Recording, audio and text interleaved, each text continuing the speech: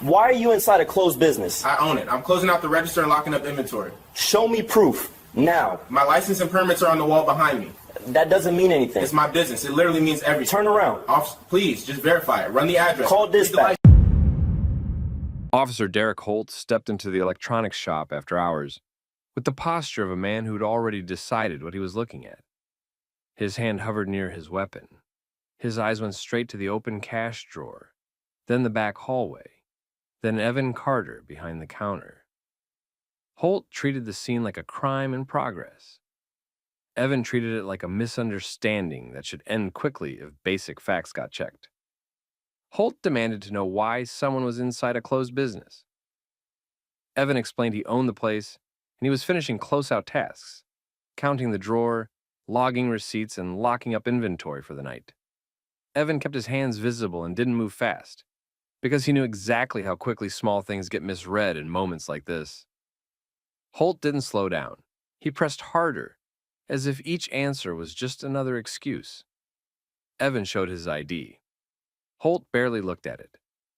Evan pointed to the wall behind the counter, where the business license and permits were displayed with Evan's name on them. Holt didn't step in to read them. He acted like verification was optional. That's the first sign this was going to go bad. When the easiest proof sits right in front of someone and they refuse to even look, the goal usually isn't the truth, it's control. Quick pause. Where are you watching from? Drop your state or country in the comments. And if you watch stories where cameras and paperwork expose abuse of power, hit like and subscribe, because this one ends with a settlement and a badge getting taken away. Now here's how it started. Evan ran a small electronics repair shop in a strip mall. Nothing fancy. He fixed phones, laptops, tablets, game consoles, and whatever else people couldn't afford to replace. The shop stayed afloat because Evan did two things consistently: good work and tight routines. Closing time didn't mean he walked out the second the doors locked. He stayed to finish the stuff that keeps a small business alive. He counted cash, logged receipts, sealed deposits, checked work orders, and secured customer devices. That inventory mattered. One mistake could turn into angry customers, chargebacks, or insurance headaches. On this night, the closed sign was up. The front door was locked. Evan was still inside under the bright lights, focused on the end-of-day process. Everything was normal on his side of that counter. Outside, Holt drove by and saw the lights. Holt didn't call it in as a quick welfare check. He didn't approach like someone trying to confirm whether the owner was inside finishing up.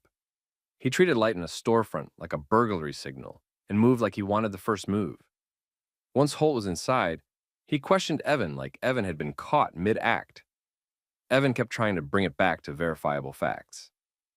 Ownership, ID, license wall, permits, the address, the business name, everything that could be checked in under a minute. Holt kept rejecting every off-ramp. Evan suggested Holt run the information and confirm it with dispatch. Holt did run Evan. The check came back clean.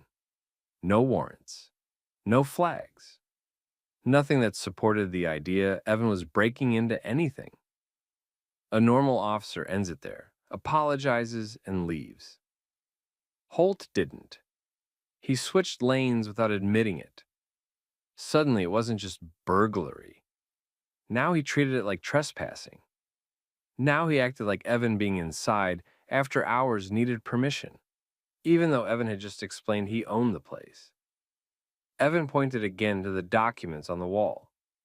He mentioned there was mail addressed to him at that business. He offered to show keys and lease paperwork. Holt didn't respond like a person weighing evidence. He responded like a person protecting a decision. Then Holt took out handcuffs. Evan didn't resist because Evan understood the math. Arguing on the spot can turn a bad decision into a dangerous one. He stayed controlled, kept his body language steady, and let Holt do what Holt clearly came to do. Holt walked him towards the front door and out into public view, right in front of the storefront, like Evan had been caught stealing from his own livelihood. Meanwhile, multiple security cameras kept recording everything from angles Holt wasn't thinking about. Holt didn't just arrest Evan, he made it visible. He guided Evan along the storefront windows and out into the strip mall's open space, where anyone passing could see cuffs on the shop owner. Cars rolled by on the main road. A couple people slowed down. One person walking toward the nail salon hesitated and stared. Holt didn't try to keep it quiet. He looked like he wanted the scene to confirm his assumption. Evan stayed controlled. He didn't pull away. He didn't argue in a way that could be twisted into resisting. He kept repeating the same simple facts, and Holt kept treating those facts like a story Evan made up 5 seconds ago. Holt positioned Evan near the curb like it was safer for him and more humiliating for Evan.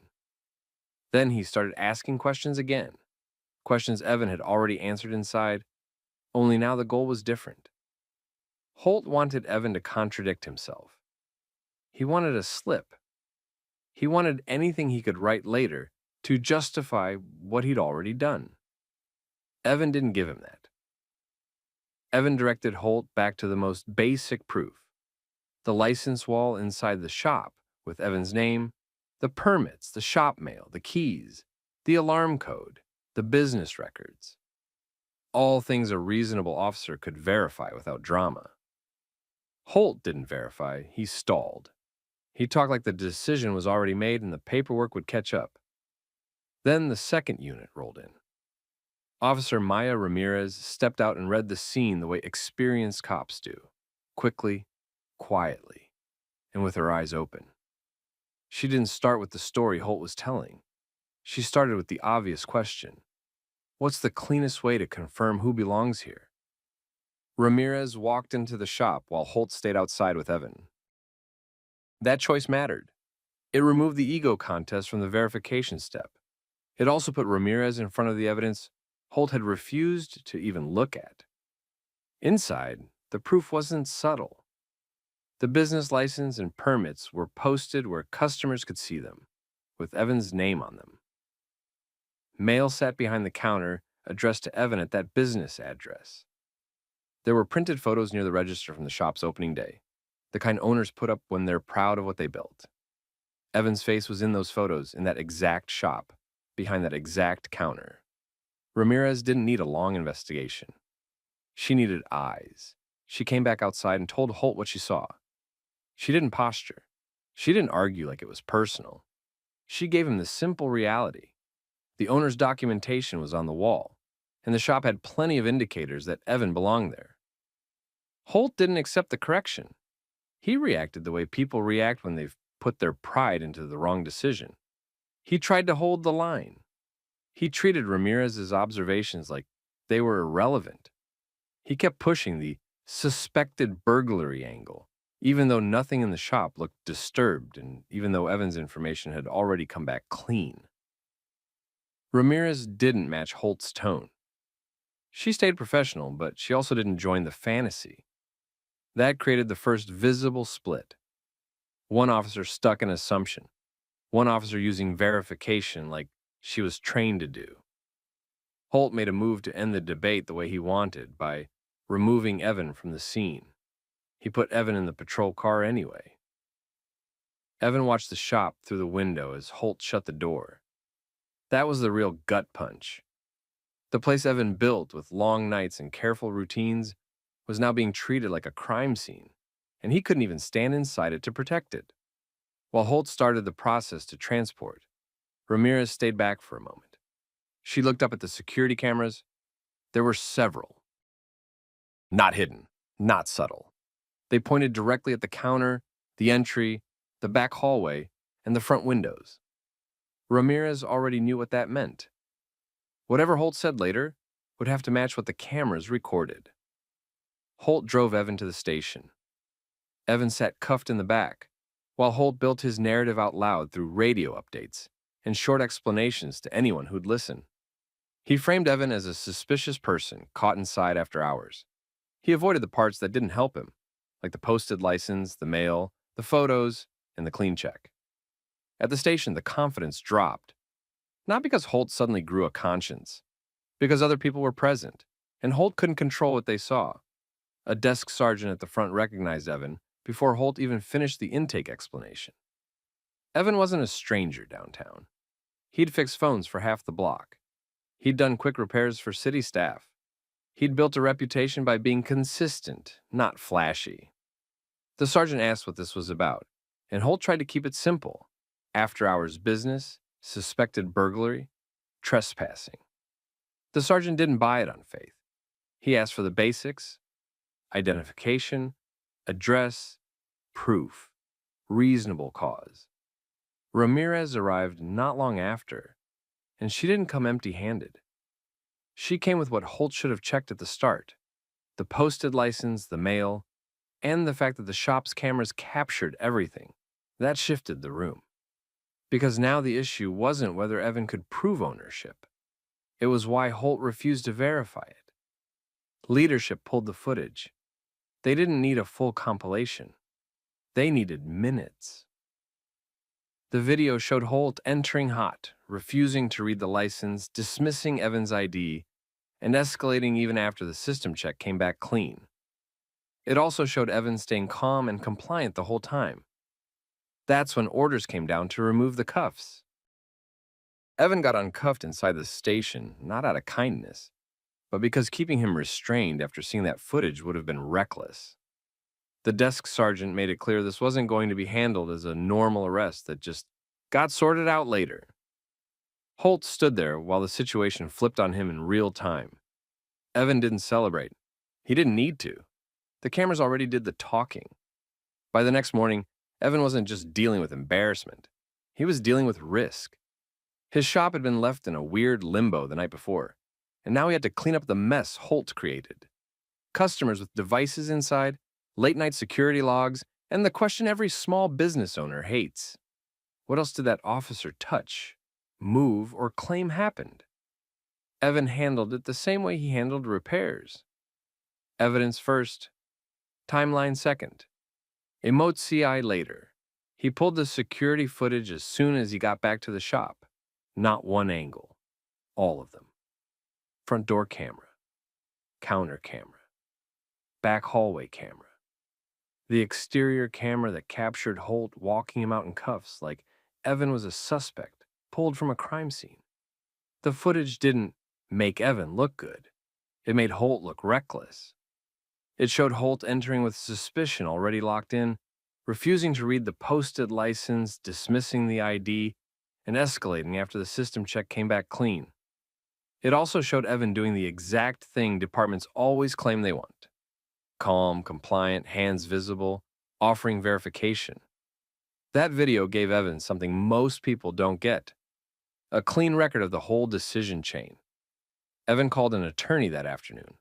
Not a friend of a friend, not somebody who handles everything. A civil rights lawyer who knew what mattered: unlawful seizure, false arrest, and the way I thought falls apart when you ignore obvious proof. While the legal side started moving, the public side started moving too, because someone outside the shop had filmed a short clip during the cuff walk. It wasn't the full story. It didn't need to be. It showed Evan in cuffs in front of his own storefront, and it showed Holt acting like he'd just solved a crime. That clip hit social media first. Then people asked for context. Then Evan's attorney advised him on how to release the footage safely without messing up the case. Once the full security video went out, the argument ended. People didn't have to guess what happened. They watched it. They watched Holt ignore the license wall. They watched him keep pushing even after verification came back clean. They watched him force the situation into an arrest anyway. And the comments all landed on the same point. This wasn't confusion. This was refusal. Local news picked it up fast. Then bigger accounts reposted it. Then national outlets started sniffing around, because a cop arresting a business owner inside his own shop is the kind of story that travels. Inside the department, leadership didn't treat it like a PR inconvenience. They treated it like a liability grenade. Internal Affairs opened the review, and not just for tone or attitude. The question was direct. Why did Holt arrest a man for trespassing in a business that clearly belonged to him? after checking his information and seeing proof in plain sight. That's when Holt's history stopped being background noise and became relevant. Complaints that had been brushed off as misunderstandings suddenly looked like a pattern when the department had video showing the same behavior: escalation, dismissing explanations, refusing basic verification, then writing it up like the civilian forced his hand. Internal Affairs didn't need to guess what Holt would say. They already knew the defense script: officer safety, suspicion, training, split-second decisions. The problem was Holt didn't make a split-second decision. He made a series of decisions, and each one had an easy off-ramp he ignored. By the end of that week, Holt was on administrative leave. The department didn't announce it with a big speech. They kept it tight. The video was doing enough talking. Evan's lawsuit hit next, filed in federal court with a clean narrative. Evan was seized and arrested without probable cause, despite clear proof of ownership, and the officer refused to verify facts that were immediately available. That legal move forced the city into a corner. Because once a federal civil rights case is filed, the city's lawyers don't argue feelings. They argue facts, policies, and exposure. And the facts were brutal. The city requested records. Internal Affairs requested more records. Suddenly, Holt wasn't just the guy in one viral video. He was a name attached to multiple prior incidents. And now every one of those incidents looked like it needed a second look. Evan also started getting support from the community in a way that wasn't performative. Customers showed up the next day just to spend money there. People left reviews describing Evan as professional and steady. Local business owners offered help. A neighboring shop printed a sign telling people to support Evan's store. That part mattered, not because it fixed the arrest, because it took away the damage Holt tried to cause with public humiliation. Holt tried to defend himself through internal channels, but the video didn't allow the usual wiggle room. He couldn't claim Evan was aggressive. The footage showed Evan controlled. He couldn't claim there was no proof. The license wall and shop materials were visible. He couldn't claim he verified, and it didn't match. Dispatch came back clean. So the defense narrowed to one thing: Holt insisting he still believed something was wrong. That belief wasn't a legal standard. By the time the city sat down to discuss settlement, the conversation wasn't, "Did this happen?" It was, "How much will it cost if we lose in open court?" And this case was the kind cities don't want juries to see. The city didn't drag this out, because dragging it out would have been worse. Once Evan's attorney filed the federal civil rights case, the city's legal department had to evaluate the same thing every risk manager looks at: what a jury would do with clear video, clear proof of ownership, and a clean dispatch check that got ignored. The answer wasn't complicated.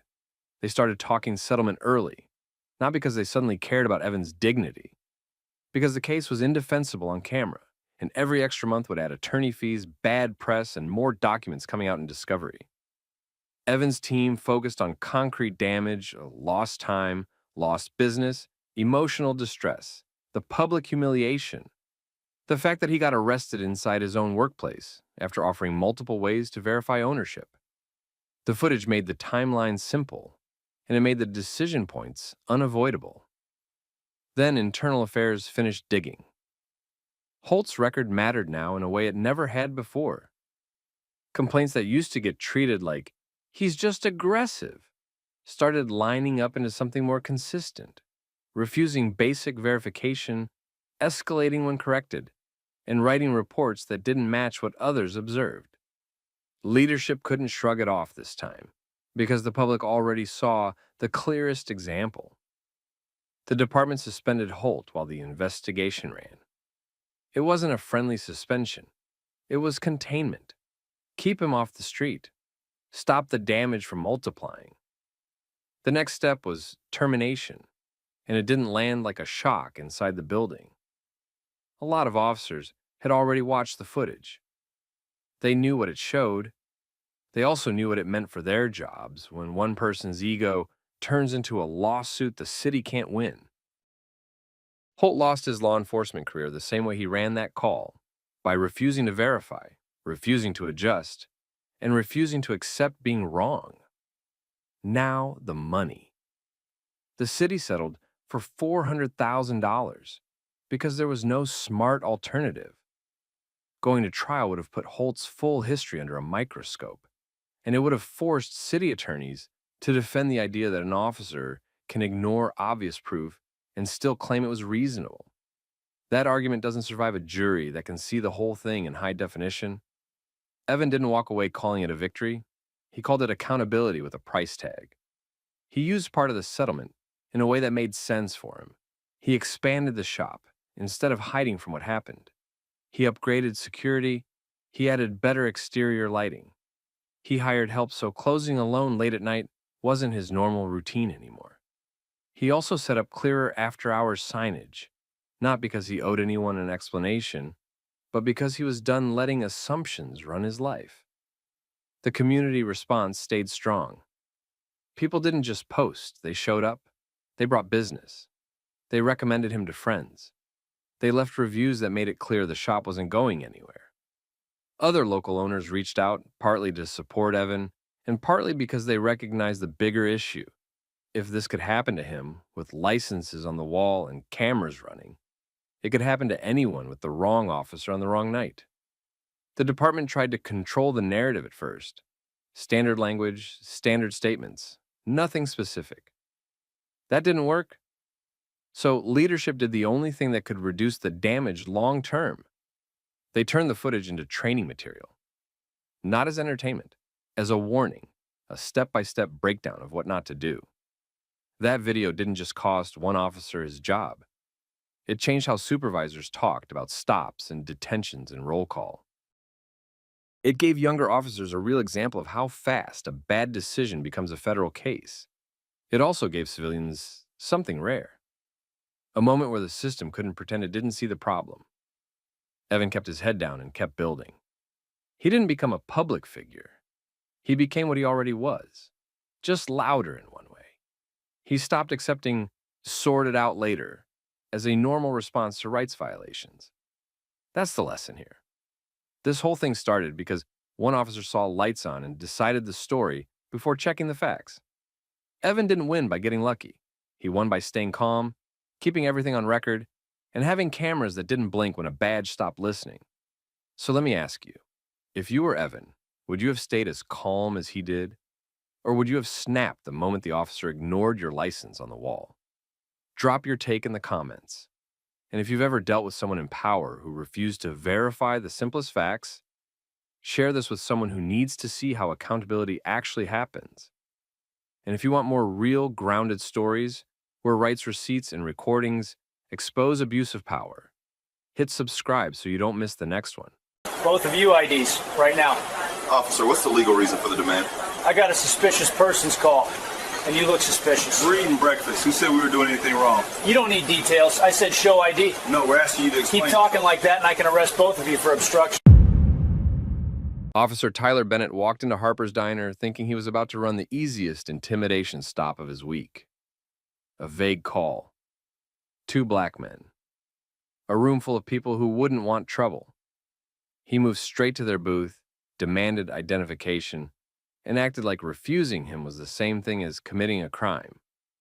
What he didn't realize was that one of the men sitting there wasn't just another civilian.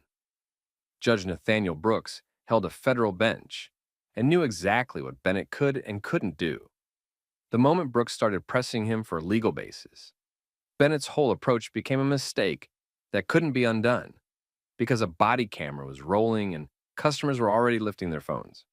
Before we get into how this started, tell me where you're watching from, state or country.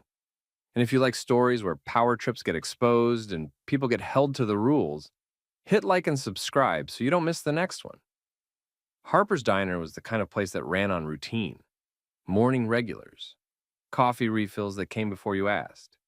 A few cops stopped in sometimes, not because anyone loved the police, but because small towns tended to treat uniforms like part of the scenery. That morning, Judge Nathaniel Brooks sat with Calvin Reed in a booth near the back. They weren't hiding. They weren't loud. They were eating breakfast and talking the way old friends talked.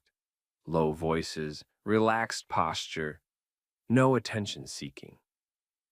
A call came over dispatch anyway. It wasn't tied to theft, violence, or any specific complaint about behavior. The report was vague enough to fit into a pattern that almost always meant the same thing. Someone saw two black men in a place they didn't expect and decided that discomfort counted as suspicion. Bennett arrived with that call in his head, and he entered the diner already committed to a conclusion. He didn't check in with staff. He didn't ask if anyone had caused an issue. He scanned the room once and locked onto Brooks and Calvin like the decision had been made before he opened the door. He walked up to their booth and demanded IDs. He didn't frame it as a request. He framed it as an order, like there was already a legal reason, and they were the ones stalling. Brooks didn't get dramatic. He didn't raise his voice. He stayed seated, kept his hands visible, and asked Bennett what the legal basis was for the demand. The question sounded simple, but it landed hard, because it forced Bennett to explain what he hadn't bothered to establish. Bennett didn't answer the question cleanly. He leaned on the call. He treated the call itself like authority. He acted like the fact that someone had labeled them suspicious meant they now owed him compliance. Calvin watched Bennett closely. He had the look of someone who recognized the pattern and didn't want to give it fuel. His posture stayed controlled, but irritation sat right under the surface. Not panic, not fear. Frustration that this was happening in public over breakfast again. Bennett escalated quickly when he realized they weren't going to fold on the first command. He repeated the demand and started layering in pressure tactics. He suggested refusal would turn into a bigger problem. He hinted that they were making themselves look guilty. He added comments that weren't about safety or investigation and didn't belong in professional policing. He made it personal, and he made sure people nearby could hear it. That was the point. If he could embarrass them into compliance, he wouldn't need legal grounds. Brooks stayed calm and kept it procedural. He asked again what crime was being investigated and what specific facts supported a detention. He didn't talk like he was trying to win an argument. He talked like he was documenting a record in real time. Bennett responded by threatening arrest. He reached for the usual vague charges officers used when they wanted to punish someone for not submitting. He treated failure to identify like a universal rule, even though it didn't work that way. He talked about obstruction. He mentioned disorderly conduct, as if the act of sitting quietly and asking questions could become a disturbance just because he said so. Customers started paying attention. Forks slowed. Conversations dropped off.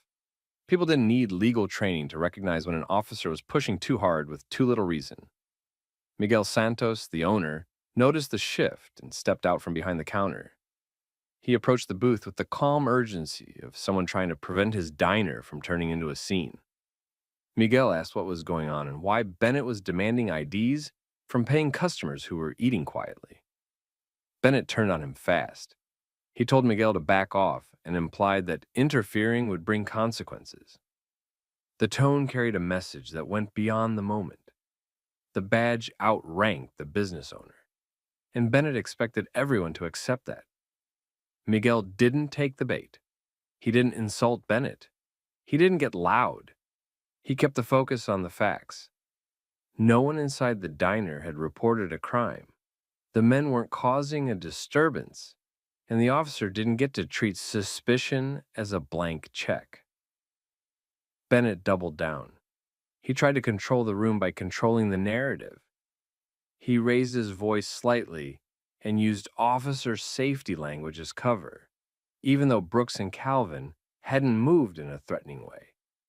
He positioned himself like he wanted the camera angles, his body cam, the customers' phones, to show him in charge.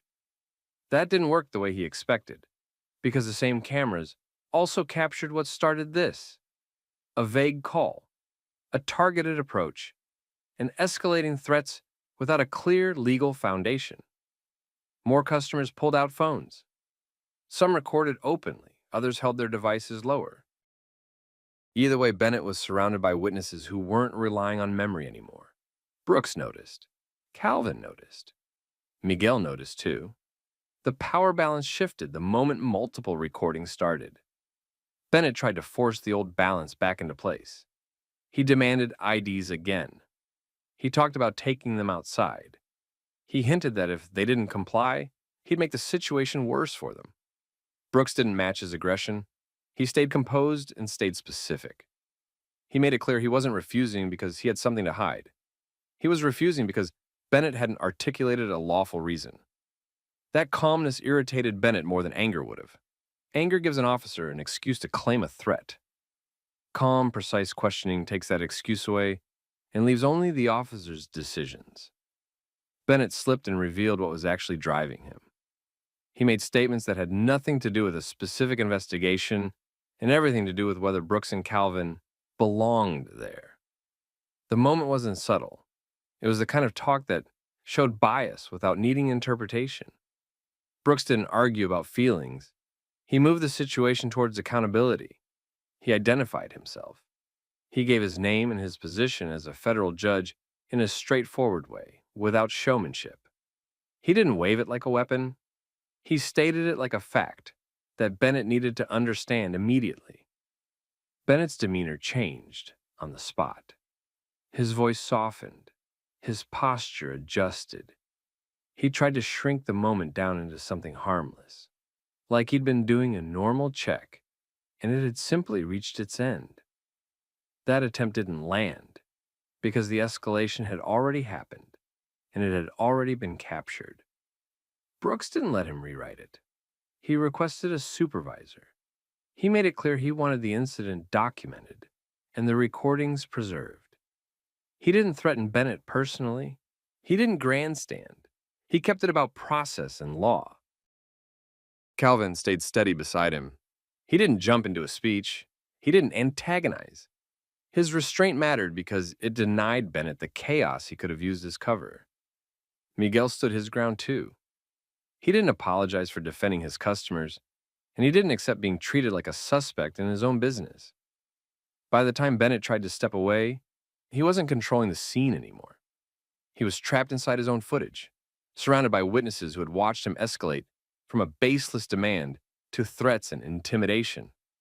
That was how breakfast at Harper's Diner turned into the beginning of a case. Judge Brooks didn't let the diner incident fade into a "we'll look into it" promise. He moved fast because he knew how this usually went when people waited. Memories got fuzzy, footage got overwritten, and the official report became the only story anyone was expected to believe. He started by locking down every source of video. Miguel confirmed Harper's Diner had security cameras that covered the dining area and entrance, and he agreed to export the entire time window around Bennett's arrival. Brooks made sure Miguel kept an extra copy as well. No single point of failure. Calvin focused on witnesses. He didn't try to recruit a crowd.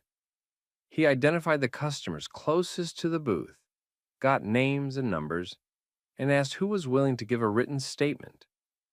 Several agreed on the spot, especially the ones who had already recorded on their phones. They understood that a video clip alone didn't cover everything. Tone, threats, and the way Bennett tried to pressure people into handing over IDs needed context. Brooks also submitted formal requests immediately. He requested the Bodycam footage, the dispatch audio for the original call, and any reports Bennett filed connected to the incident. He didn't do it as a casual ask.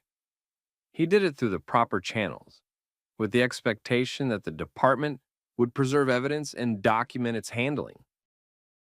While all that was happening, the public side kicked off without anyone needing to coordinate it. Customers posted clips from their phones. Those videos traveled because they were straightforward.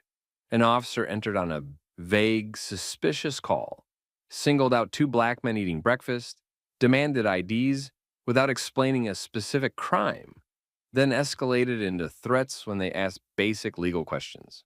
People didn't share it because it was dramatic. They shared it because it looked familiar. By midday, Harper's Diner had strangers calling and messaging. Local pages were reposting. A few larger accounts picked it up and framed it for what it was: profiling dressed up as policing. The judge reveal added fuel, but the initial minutes were what did the real damage to Bennett, because they showed his intent before he realized who he was dealing with. The department released a short statement saying it was reviewing the situation. No details, no admission, the usual holding pattern. Brooks didn't respond with a social media war. He kept it procedural. His complaint laid out a clean timeline. Bennett's initial demand, the lack of a clear legal basis, the threats of arrest, the hostility toward Miguel, and the shift in Bennett's demeanor once Brooks identified himself. Calvan's statement backed it up from the perspective of the person sitting next to him, watching the escalation happen step by step. Miguel added his own complaint. He described the moment Bennett tried to intimidate him for speaking up as the owner. That mattered because it showed Bennett wasn't only targeting the men in the booth, he was also trying to silence anyone who interfered. Once Internal Affairs had those filings, they couldn't treat this like a simple misunderstanding between an officer and two diners. There were too many independent recordings, too many witnesses, and too clear a question at the center of it. What lawful reason did Bennett have to detain them and demand identification? The next stage was predictable. Bennett went on administrative leave. Leadership framed it as standard protocol, but everyone understood what it really meant. The city was trying to reduce the risk while they figured out whether they could defend him. That's when investigators pulled Bennett's record. Earlier complaints hadn't disappeared. They'd been filed, minimized, and closed without real consequences. The details varied, but the theme stayed consistent: racially biased stops, vague justifications, and a tendency to get aggressive when someone questioned him. Some complaints included people saying he threatened them with arrest for things that weren't crimes. Others described him demanding IDs in situations where there was no clear reason beyond, "I want to know who you are." The diner incident forced those older complaints into the light.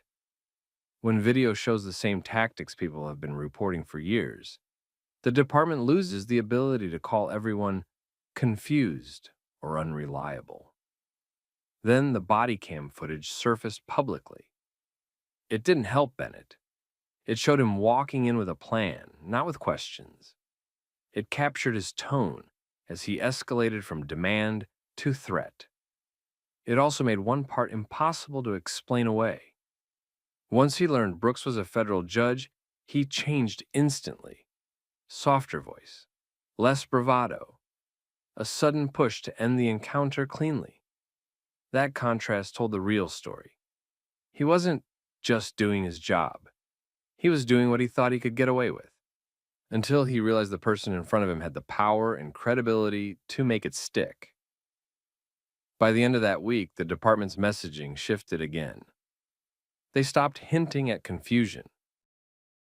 They started talking about policy adherence and community concerns. That language change was subtle, but it meant one thing. They knew Bennett was turning into a liability they couldn't carry. And Brooks and Calvin weren't backing off. They were preparing to take it past internal discipline and into civil court, where evidence matters more than excuses. Once the body cam footage circulated, the department stopped treating Bennett like a normal employee problem and started treating him like a lawsuit risk.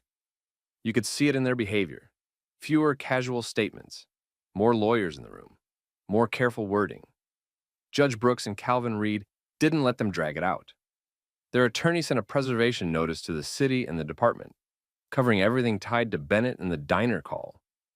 Dispatch recordings, CAD notes, body cam metadata, radio traffic, patrol car GPS, prior complaint files, training records, supervisor reviews, discipline history, and any internal messages about the incident. That notice mattered because it cut off the most common escape route, claiming something wasn't saved. Miguel Santos added pressure from a different angle. He confirmed he would cooperate with any investigation and any civil case. and he gave a formal statement about being threatened in his own business. That expanded the story beyond two customers versus an officer. It turned into an officer tried to intimidate an entire room. Internal Affairs finished their review faster than usual, not because the system suddenly became efficient, but because the evidence left almost no space to argue. Bennett had demanded IDs without a clear legal basis. He escalated when questioned. He used arrest threats to force compliance. He directed the same intimidation toward Miguel when Miguel spoke up. The recordings also showed how Bennett's tone changed once he realized Brooks had institutional power. Then the deeper review of Bennett's history landed like a brick. Investigators didn't just see a few isolated complaints. They saw repetition across years, stops initiated for vague reasons, complaints describing similar language, patterns in who was targeted, multiple occasions where supervisors closed concerns with soft corrective action and no sustained finding. That became a second scandal on top of the diner incident. The department had warnings and chose not to treat them like warnings. At that point, the department had two options: defend Bennett publicly and hope the public got tired, or cut him loose and try to contain the damage. They chose containment. Bennett was terminated. The department framed it as a policy and conduct failure tied to the diner incident. But the public understood what it really was. The videos forced their hand. Bennett didn't go quietly. He tried to justify himself through informal channels, claiming he was responding to a call and doing what he thought was appropriate. That defense didn't hold up because the call itself had been vague and biased, and his actions didn't match a legitimate investigation. The more he tried to explain, the worse it sounded. Then the civil rights lawsuit hit. Brooks and Calvin filed claims alleging racial discrimination, unlawful detention, and retaliation threats connected to their refusal to comply with an unlawful demand. They also targeted the department and city for failures in training, supervision, and discipline, arguing the department had earlier warning signs and didn't act. Miguel's role strengthened the case. He wasn't the target of the suspicious call, yet Bennett still threatened him when he defended customers. That supported the argument that Bennett wasn't acting out of safety concerns. He was using the badge to control people who didn't submit. The city's legal team tried to steer the case toward quiet resolution. They pushed for behind-the-scenes negotiation, hoping to avoid depositions that would force supervisors to explain why Bennett's earlier complaints were handled the way they were. Brooks understood the leverage. He didn't need a loud public campaign. The record spoke for itself. Multiple recordings, a body cam angle, security footage, witnesses who weren't connected to him, dispatch audio showing how weak the original call was, complaint history establishing a pattern. That's the kind of package that makes a city nervous, because a jury doesn't need complicated legal theory to understand it. The city settled. They paid a significant amount rather than gamble on trial, especially with a federal judge as a plaintiff and a mountain of video evidence already in the public conversation.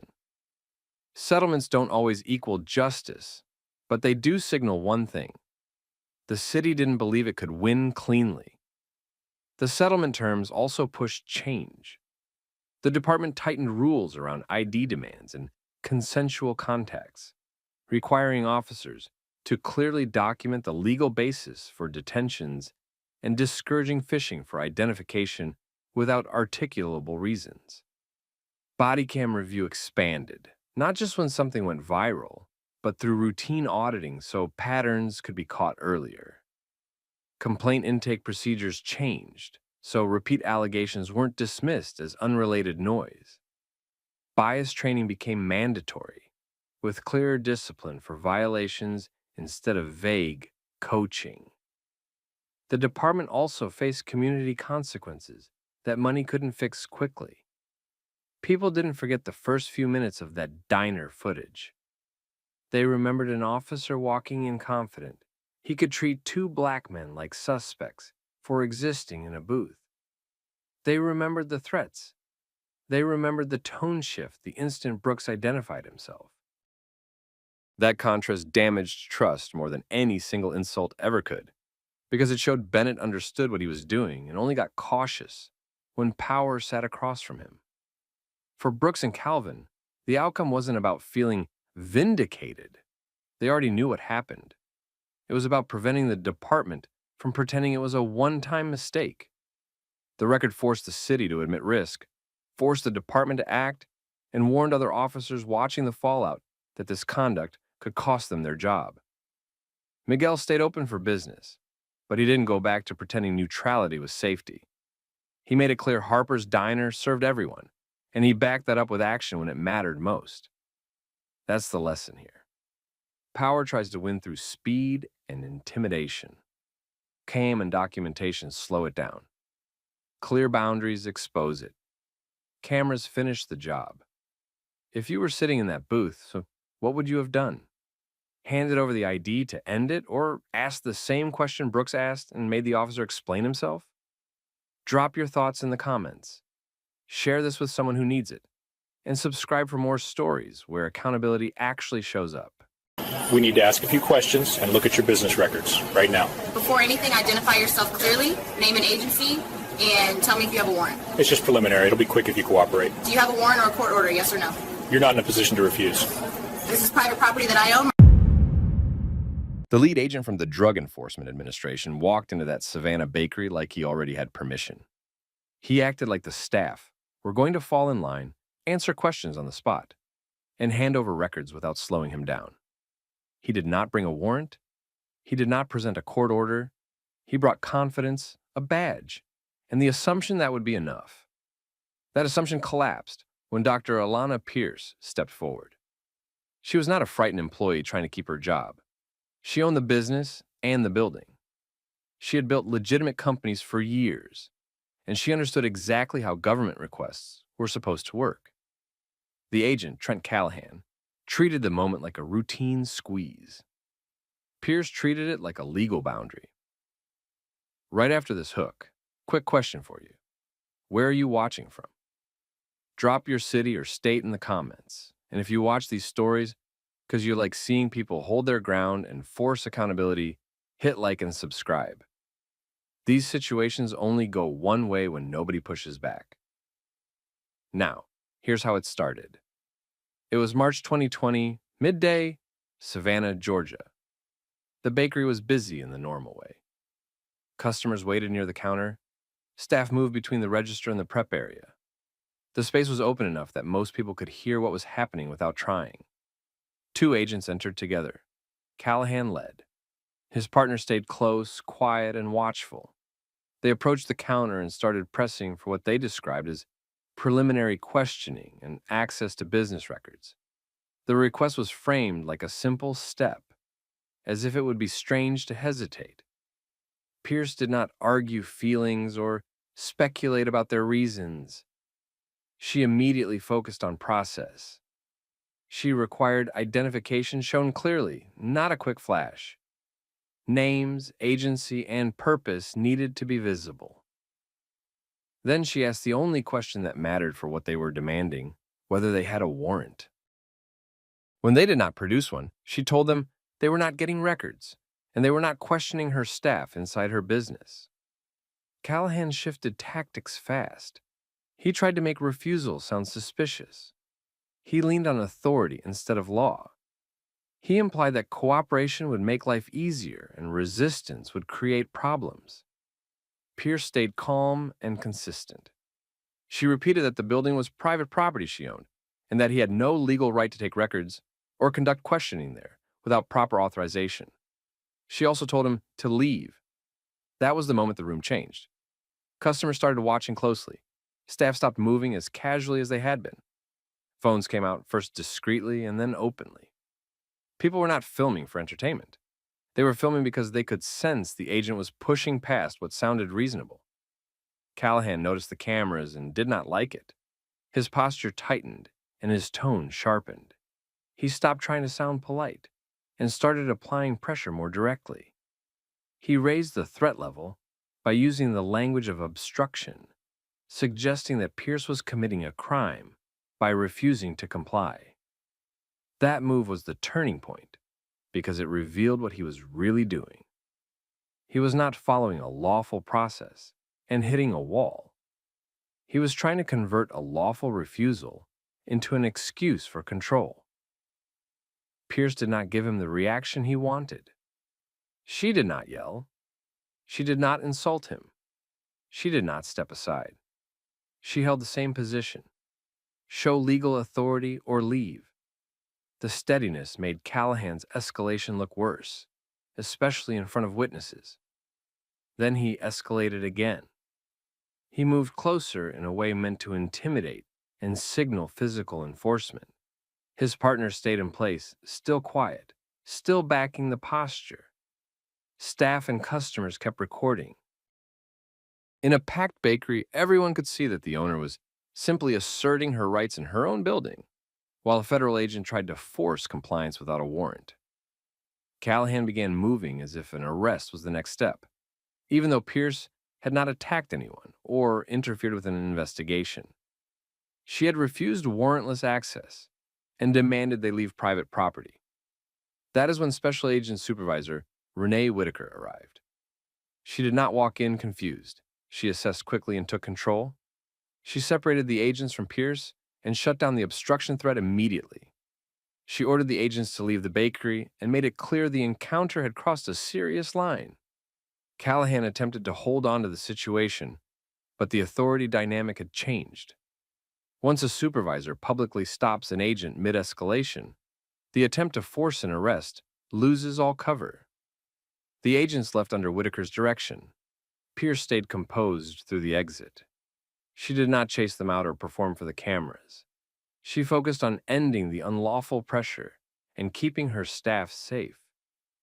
The bakery returned to normal movement, but the moment did not fade.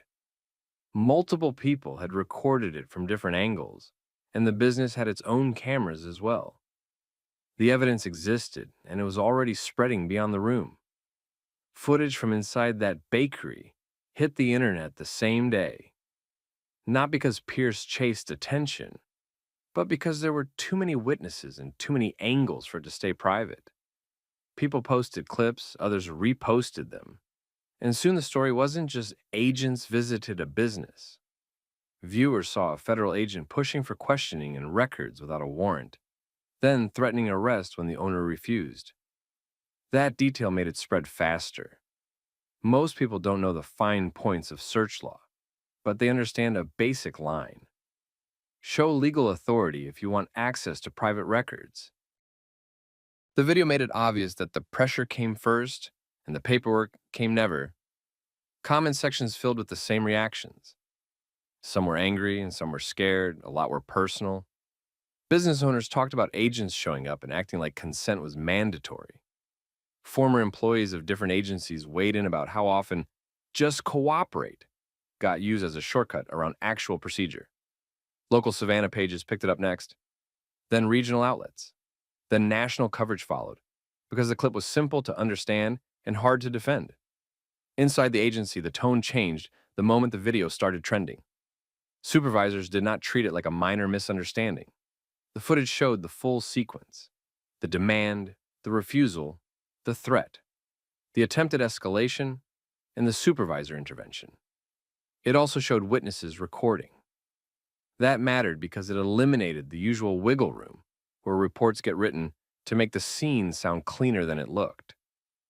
Whitaker's decision to pull the agents out immediately became the agency's first problem and its first protection at the same time. Her intervention protected the public and reduced harm in the moment, but it also signaled something else. Leadership recognized this as a serious violation right away. That meant they could not later pretend it was unclear. If a senior supervisor had to stop it in real time, it was already past the boundary. Reporters and activists began looking into Callahan within days. They found what Pierce's community already suspected. The bakery incident wasn't an isolated bad day. Complaints existed. Patterns existed. Prior claims involved aggressive tactics, warrantless or legally questionable searches, and confrontations that targeted black citizens more often than coincidence could explain away. The public didn't need every document to understand the core contradiction. Callahan stayed in the field because his statistics looked productive. Arrests, seizures, cases closed. Leadership had rewarded outcomes while minimizing the cost of how those outcomes were produced. That trade-off became the real story. People started asking how many complaints were needed before someone like Callahan got pulled off the street. One complaint could be noise. Two could be conflict. A long string across years with similar allegations is a warning, yet the warning had been managed instead of addressed. Whitaker's name surfaced too, and the reaction split. Some praised her because she showed up, took control, and stopped it. Others asked why it took a public incident to trigger real action. That question didn't land on her alone. It landed on the full supervisory chain that had kept Callahan moving from one situation to the next. Pierce stayed disciplined during the media storm. She did not present herself as a victim begging for sympathy. She presented herself as a business owner defending a lawful boundary. Her focus stayed on what viewers could see. No warrant, no access, no intimidation allowed on private property. That calm approach did something important. It prevented the story from drifting into personality drama. It forced everyone to talk about policy, training, oversight, and accountability. Pressure mounted fast. Community leaders demanded answers. Business associations asked for clarity on what owners should do when agents appear without paperwork. Civil rights organizations highlighted the broader pattern. Good numbers can hide bad conduct for years if supervisors choose to look away. Within the agency, an internal review started moving with urgency. This was not the slow-motion process people usually expect. Visibility changes everything. The recordings made it difficult to deny. The witness count made it difficult to rewrite. Public attention made it difficult to delay. Callahan's partner became a secondary focus. Viewers saw him standing there while Callahan escalated. He did not take the lead, but he also did not stop it. That difference mattered later when disciplined decisions came down. Meanwhile, Pierce started preparing for what accountability actually looks like when the cameras stop. She gathered her own evidence. Security footage, employee statements, business documentation showing ownership and control of the property. She also documented the impact on operations, staff stress, and reputational risk. Smart move. Civil rights cases don't win on vibes. They win on facts, timelines, and clean records. A civil rights attorney entered the picture soon after. This was not a lawyer looking for quick headlines. It was someone who understood federal litigation and knew how juries react to abuse of authority when it is clearly recorded. The strategy wasn't just to argue that Pierce felt mistreated. The strategy was to show a pattern, show intent, and show the agency's tolerance of that pattern. By the end of the first stretch of coverage, the agency faced two problems at the same time. One problem was Callahan's conduct in that bakery. The bigger problem was what the bakery incident revealed about the system around him. The agency moved quickly once it became clear the footage was not going away. Special Agent Supervisor Renee Whitaker wrote the kind of incident summary that leaves no room for creative interpretation. Her report centered on what the public already saw.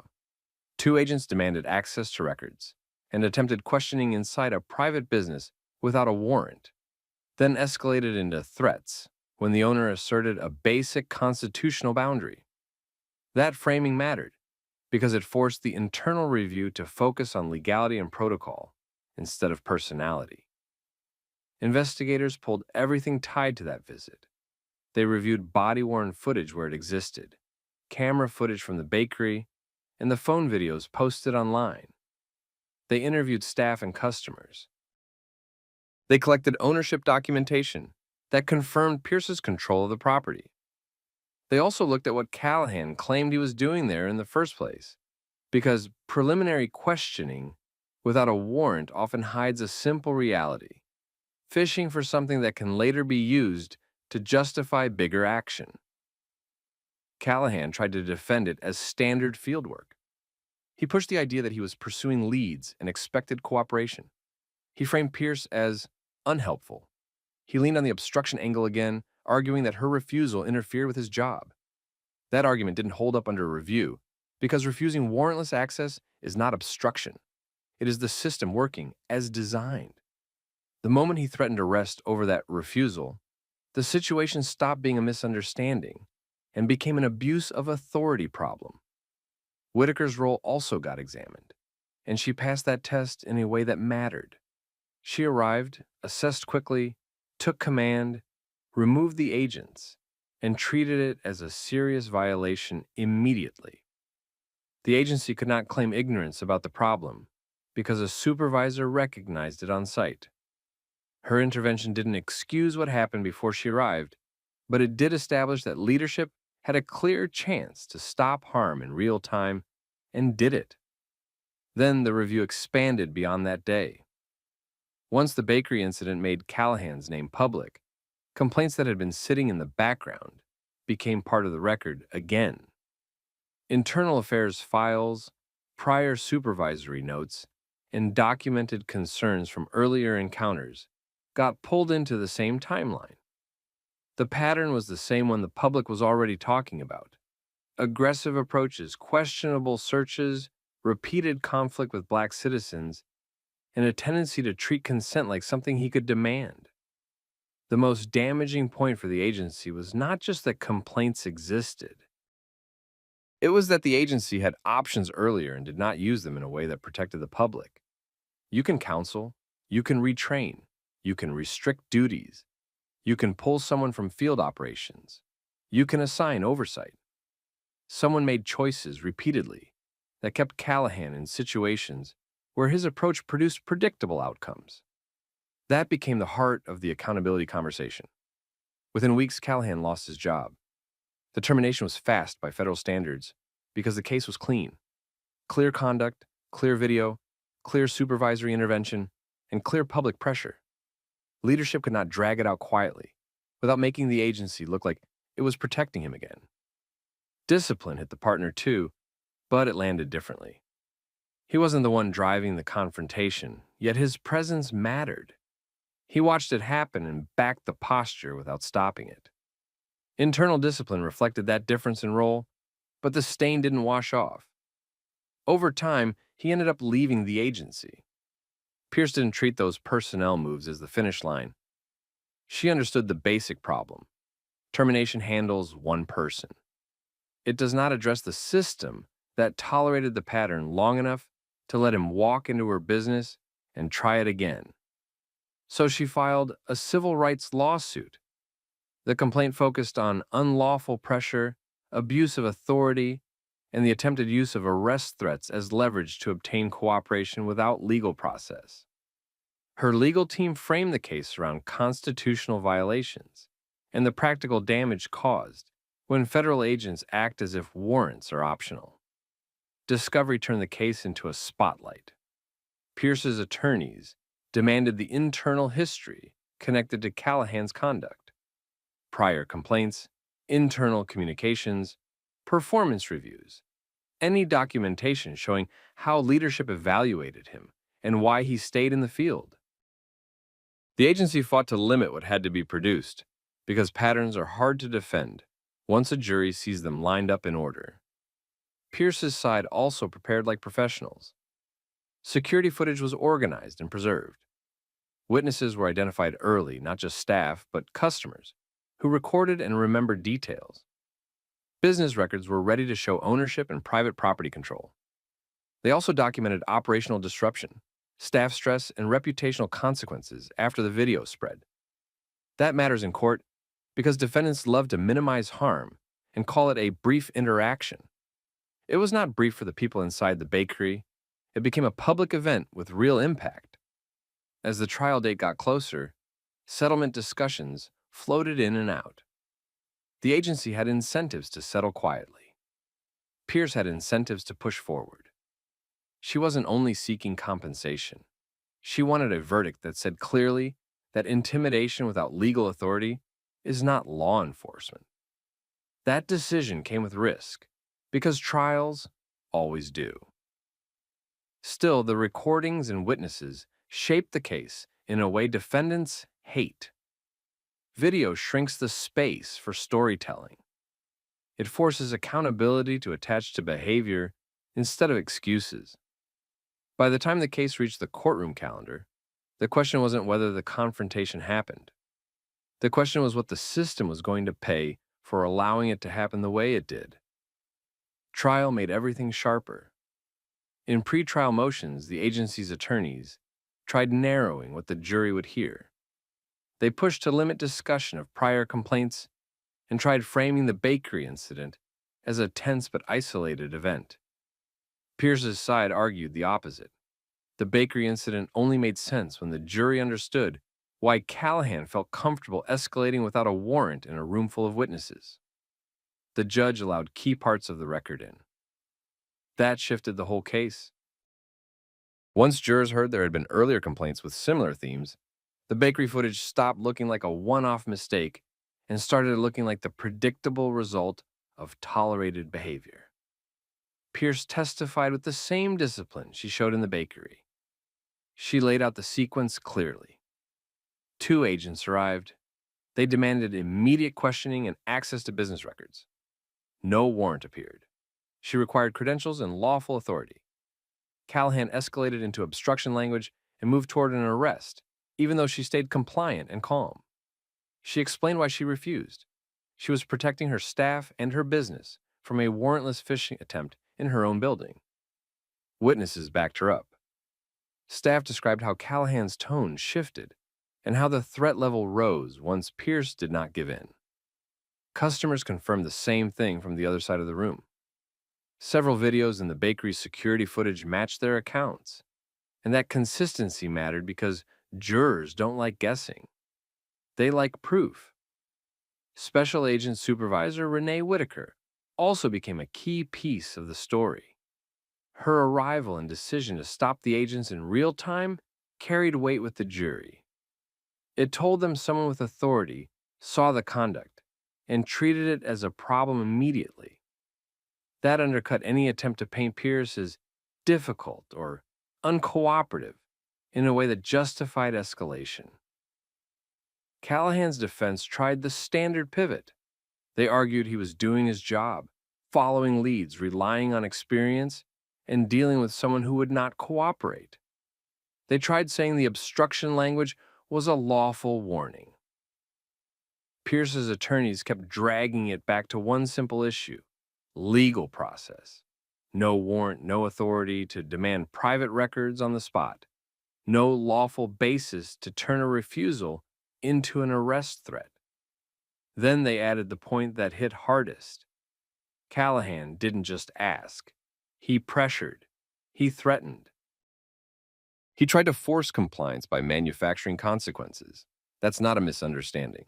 That's a tactic. Closing arguments focused on punishment, not just repair. Pierce's team asked the jury to treat the case as a message about power.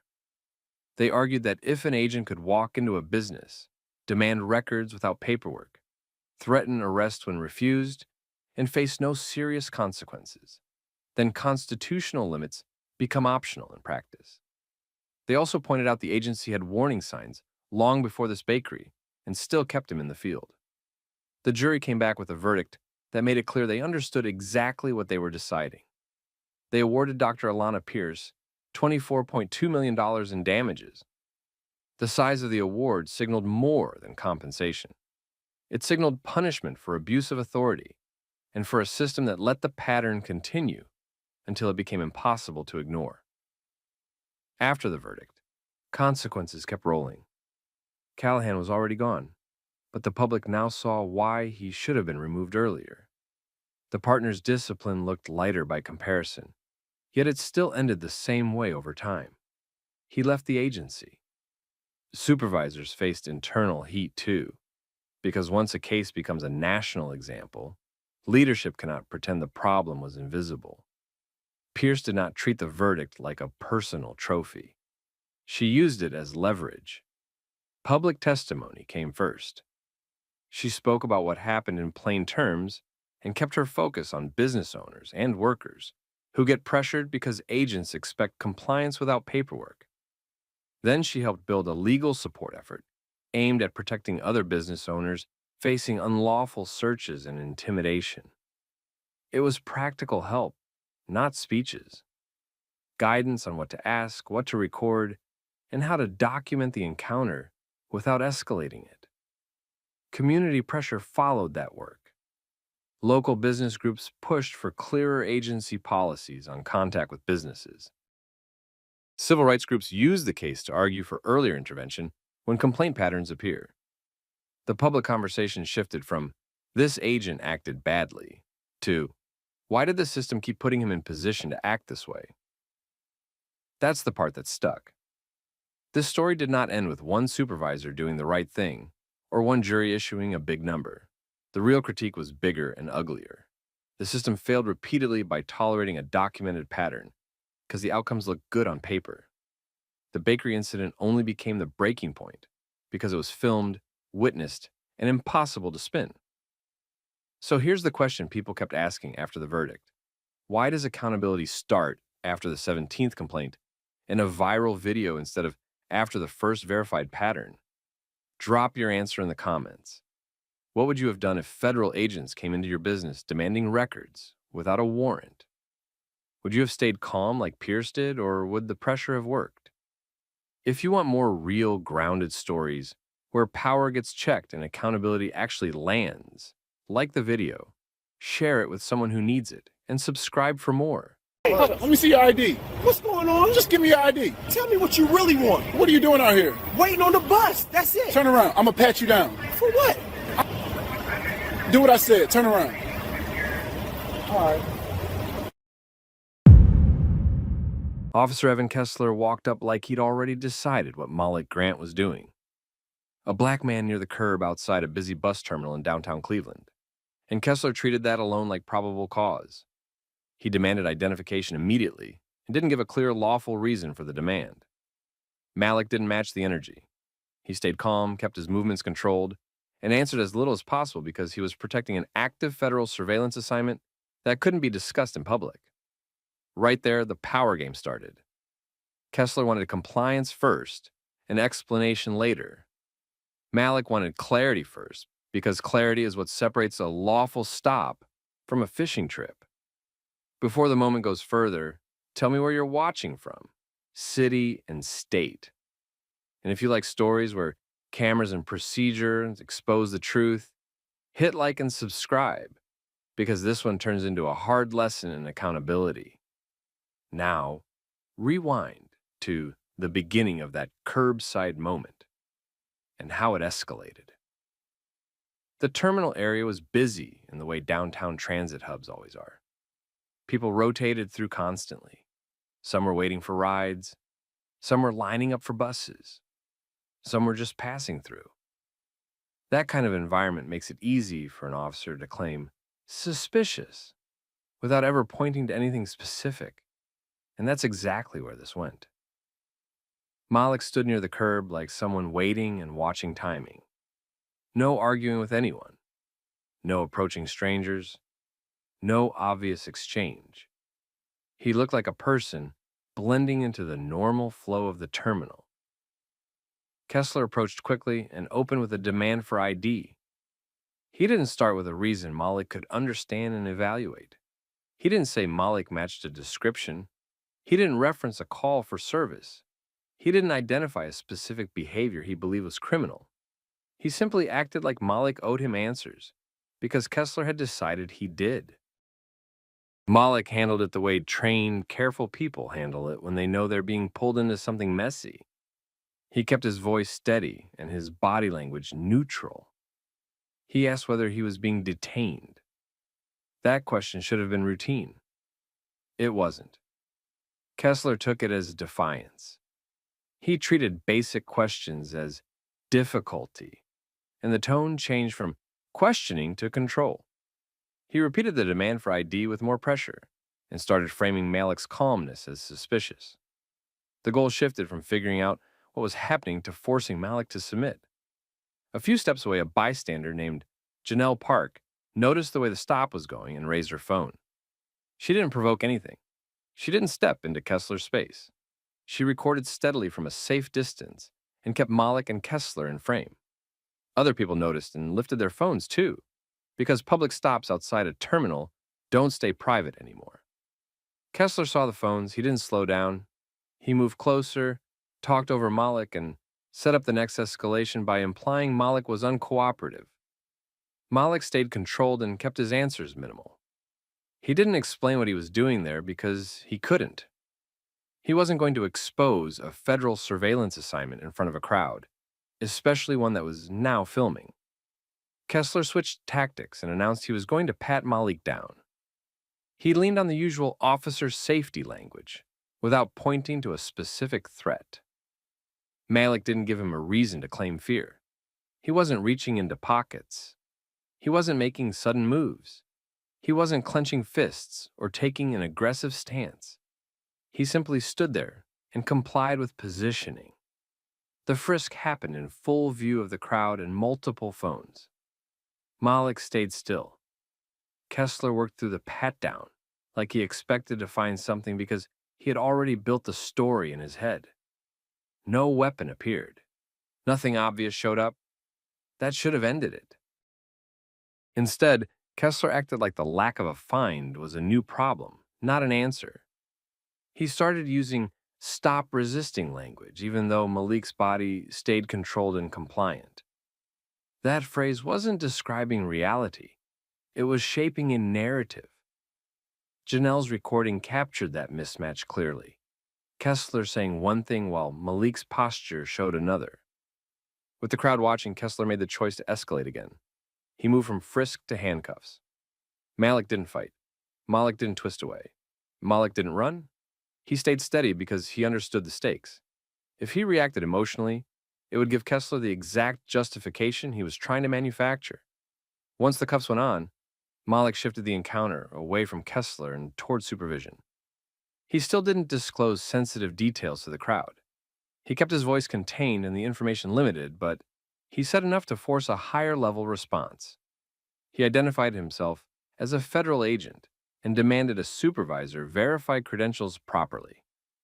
That changed the situation instantly, not because Malik was trying to intimidate anyone, but because Kessler could no longer pretend this was a routine stop with a random civilian. A supervisor now had to step in, and the verification would either validate Kessler's actions or expose them in front of witnesses and cameras. Kessler had already committed to the wrong approach, and the evidence was already being recorded from multiple angles. Kessler kept Malik in cuffs like he'd won something. He stayed close, kept talking, and tried to control the crowd with his voice. It didn't work. People didn't move on. Phones stayed up. Janelle Park held her position and kept recording without getting in anyone's way. That steady angle mattered because it showed the full sequence instead of just the loudest moment. Malik didn't give Kessler anything to spin into a threat. His posture stayed neutral. His feet stayed planted. He didn't yank his arms. He didn't argue in circles. He focused on one outcome: get a supervisor here and get the verification done correctly. Kessler tried to keep the interaction at his level.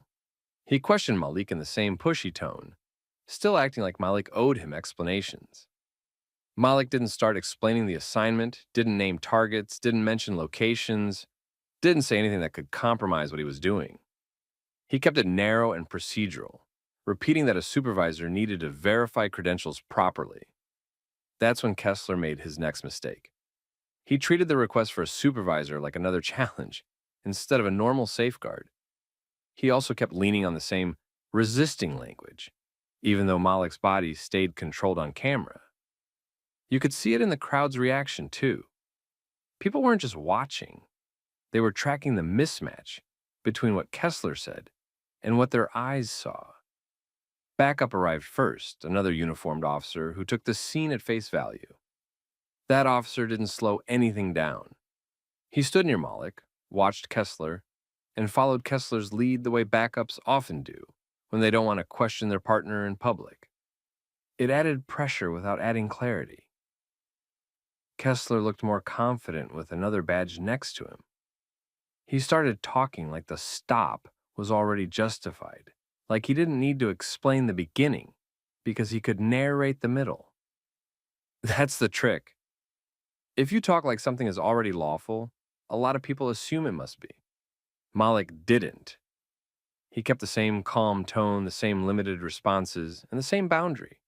Supervisor, verification, and then end this. No public details. A few minutes later, Sergeant Colin Rivera showed up. He didn't come in loud. He didn't rush into Kessler's version of events. He looked at Malik in cuffs, looked at the crowd, looked at the phones, and immediately understood what kind of scene this was turning into. Rivera separated the problem before he separated the people. He pulled Kessler aside a few steps and told him to hold position. Rivera didn't do it to embarrass him. He did it to stop the momentum. Kessler had been driving the whole interaction, and Rivera needed the temperature to drop. Then Rivera walked over to Malik and spoke directly, in a controlled, professional way. He didn't demand a speech. He didn't make it a public interrogation. He kept it procedural. Malik gave the minimum necessary to trigger proper verification. He didn't announce anything to the crowd beyond what was required. He made it clear he had credentials and that they needed to be verified the correct way, through the right channels, not through curbside guessing. Rivera took that seriously. He didn't roll his eyes. He didn't treat it as an insult. He treated it like a job requirement. Verification didn't happen the way Kessler wanted, which was the whole point. Rivera didn't ask Malik to explain his work in front of strangers. He didn't ask for sensitive details out loud. He stepped away and handled it through procedure, using secure contact methods and proper identification checks. He also kept Kessler away from the process, so there was no pressure and no contamination. While Rivera verified, the crowd stayed quiet but focused. People could tell the energy had shifted. This wasn't Kessler performing control anymore. This was supervision taking the wheel. Kessler, meanwhile, tried to stay composed, but the posture gave him away. He kept watching Rivera, watching Malik, and watching the phones. He couldn't control the narrative anymore, and he knew it. Rivera came back with a different face than Kessler expected. Not confused, not doubtful. Certain. He told Kessler clearly and directly that the credentials checked out and the cuffs had to come off. No debate, no extra lecture in front of everyone. Simple order. Kessler hesitated. That hesitation became its own moment because it showed the conflict wasn't about safety. It was about ego. The crowd saw it. Janelle's camera saw it. Malik saw it. Rivera repeated the order. Kessler removed the handcuffs in front of the crowd, and it happened with multiple phones locked on his hands. Rivera didn't let it be hidden behind a car door or turn into a private correction. It stayed public because the mistake was public. Malik rubbed his wrists once and didn't celebrate. No speeches, no yelling, no victory lap. He just looked at Rivera and kept it professional. Rivera addressed Malik briefly, keeping it controlled, and then shifted to Kessler. He didn't scream at him. He didn't act like a tough guy. He spoke like a supervisor who understood liability and understood standards. Then Rivera did one more thing that mattered. He separated Malik from the crowd and the officers and gave him space to reset without being surrounded. That protected Malik's safety and protected the integrity of whatever he had been working on. Kessler didn't get arrested. He didn't get slammed into a car. Real life doesn't work like that. What he got was worse for a cop like him. A public correction on multiple recordings, with his own behavior clearly documented from the first demand to the final removal of cuffs.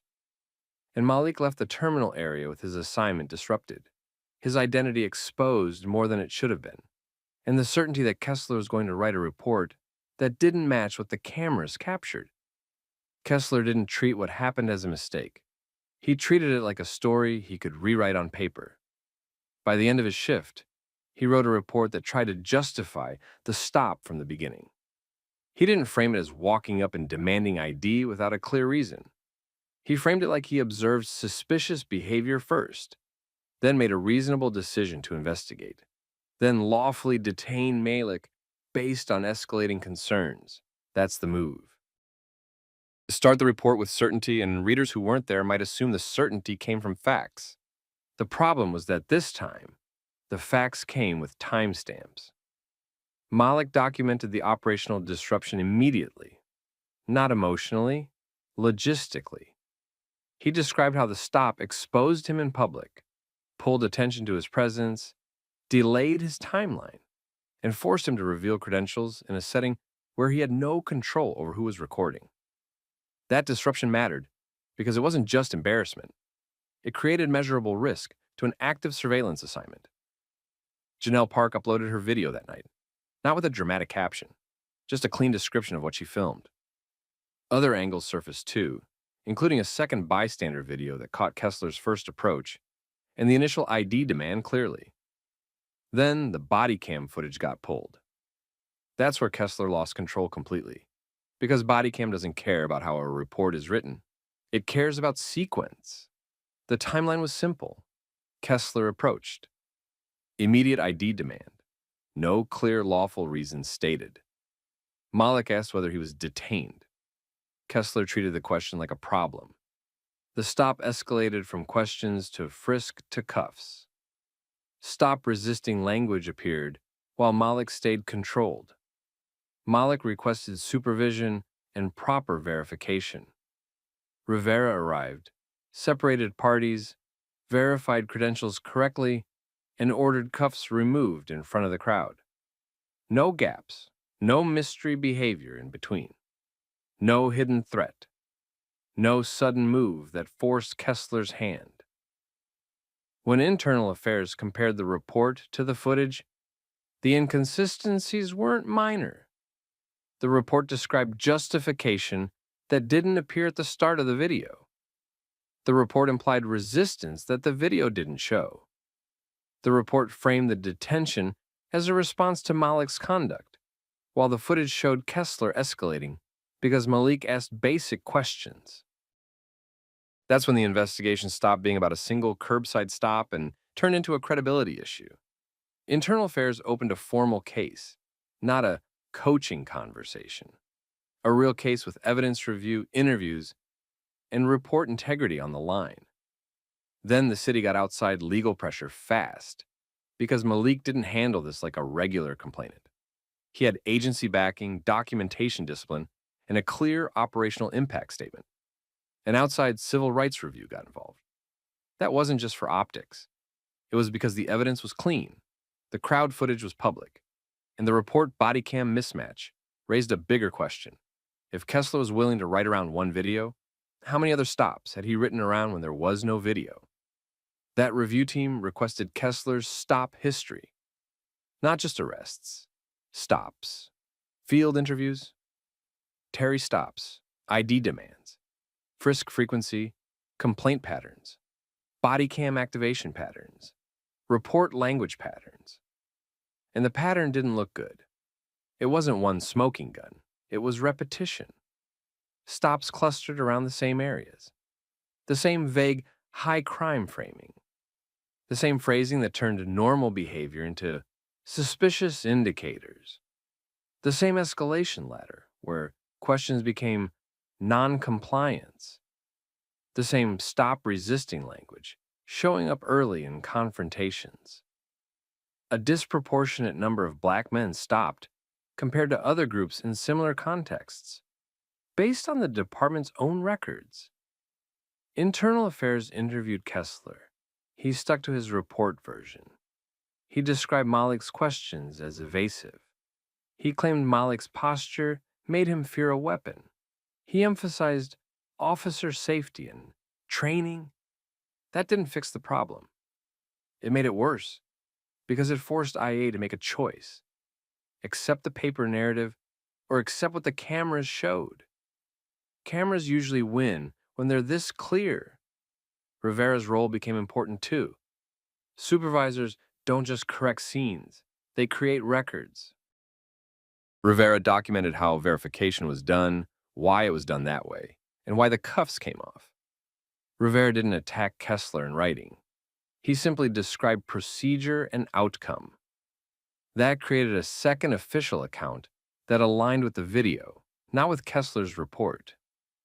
By the time city attorneys reviewed the evidence, they weren't just looking at a bad stop. They were looking at exposure, bystander video plus body cam, public crowd, a federal agent on an active assignment, a report that didn't match reality, a supervisor who corrected the scene, a stop history pattern that suggested this wasn't rare behavior. That's not a case you explain away. That's a case you either fight and lose publicly or you settle and try to contain damage. And Kessler still had one last problem he couldn't talk his way out of: the words he used on scene. The early stop resisting language. The way he treated basic rights questions like disrespect.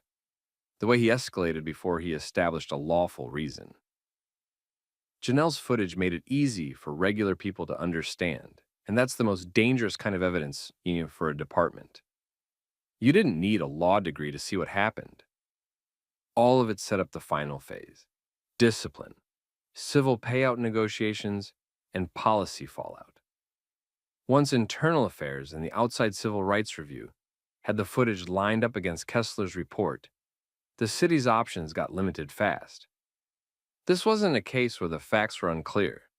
The sequence was clean. The recordings showed the first demand, the lack of a clear, lawful reason stated, the escalation when Malik asked basic detention questions, and the jump to cuffs with stop resisting language that didn't match Malik's controlled behavior. City attorneys don't like cases where a jury can understand the problem in the first 30 seconds. Malik's side didn't argue this like it was a personal insult. They argued it like an operational disruption with civil rights violations attached. They documented time loss, exposure risk, mission interruption, and the forced disclosure of credentials in public. They also pointed out something the public always notices. Kessler didn't slow down when cameras came out. He sped up. That detail matters in court. It suggests he wasn't confused. He was committed. The outside reviewers didn't just focus on this stop. They put Kessler's history next to it. Same types of locations, similar vague language in reports, similar escalation patterns, complaints that didn't go anywhere until there was video. Once the reviewers showed the city that the stop wasn't an isolated lapse, settlement talks stopped being hypothetical. The city settled for $4 million. That number wasn't only about Malik. It was also about risk management.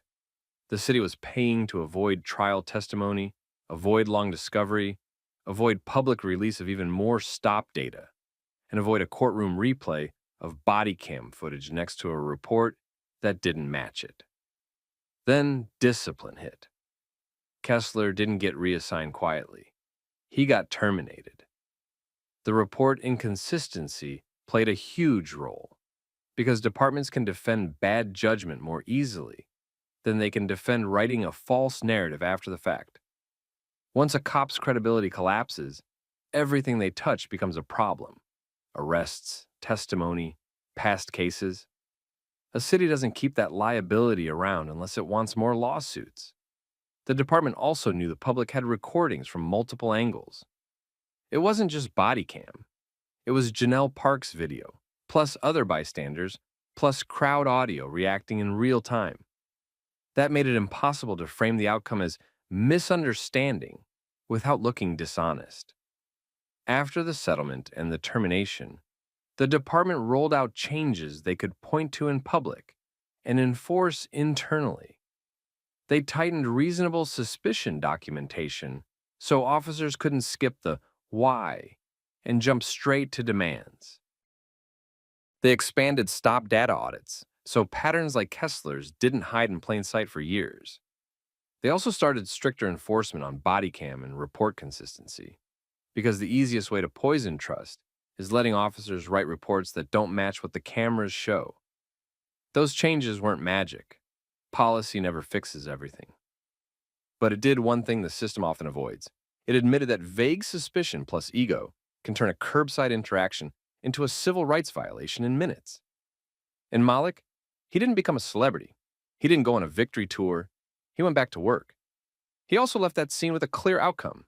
He stayed calm, protected sensitive details in public, forced the situation into supervision, and let verification do the talking. He didn't win because he yelled louder. He won because he stayed precise, while Kessler got sloppy on camera. Now here's the question for you. If you were standing in that crowd, and you saw a calm person getting escalated on without a clear reason, phones coming up, an officer getting louder, stop resisting being said, while the person stayed controlled, what would you do? Would you record? Would you speak up? Would you keep your distance and still document? Drop it in the comments, because how bystanders move in moments like that changes outcomes. If you want more stories like this, realistic situations, clean timelines, and accountability that actually lands, like the video, subscribe, and share this with someone who needs to see how fast a routine stop can turn into a lawsuit when an officer skips the law.